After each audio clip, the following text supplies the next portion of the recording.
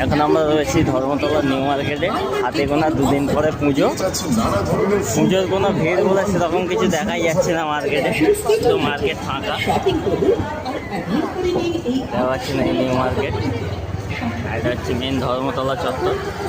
যেহেতু এখন বেলার টাইম, ওই জন্য বেশি ভিড় হয়নি। দুপুর পরে বিকেল হবে যত, তত ভিড় বাড়বে।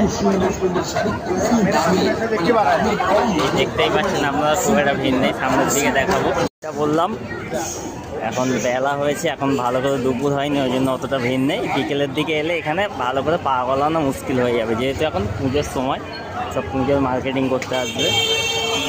সামনেই রয়েছে ধর্মতলা মেট্রো, আপনাদের দেখাবো ভিডিওতে। এই সামনেই রয়েছে ধর্মতলা মেট্রো, সেখানে। এবার রয়েছে পার্ক স্ট্রিট, আর এই বরাবর রয়েছে ধর্মতলা বাস স্ট্যান্ড। এই সোজাই হচ্ছে নিউ মার্কেট, আর এইগুলোতে আরও পুজো অনেক ভালো ভালো দোকান বসে।